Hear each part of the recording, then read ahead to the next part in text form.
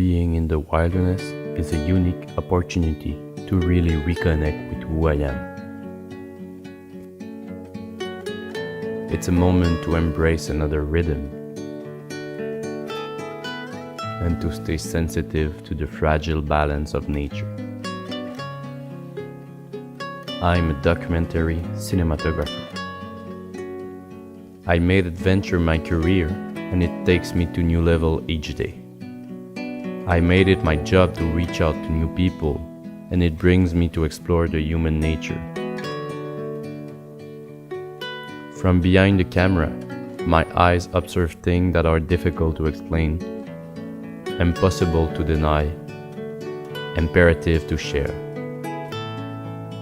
Whether to help us bow down before the beauty of the world, or to condemn those things that make us ugly, I feel the need to share these images which help me mature.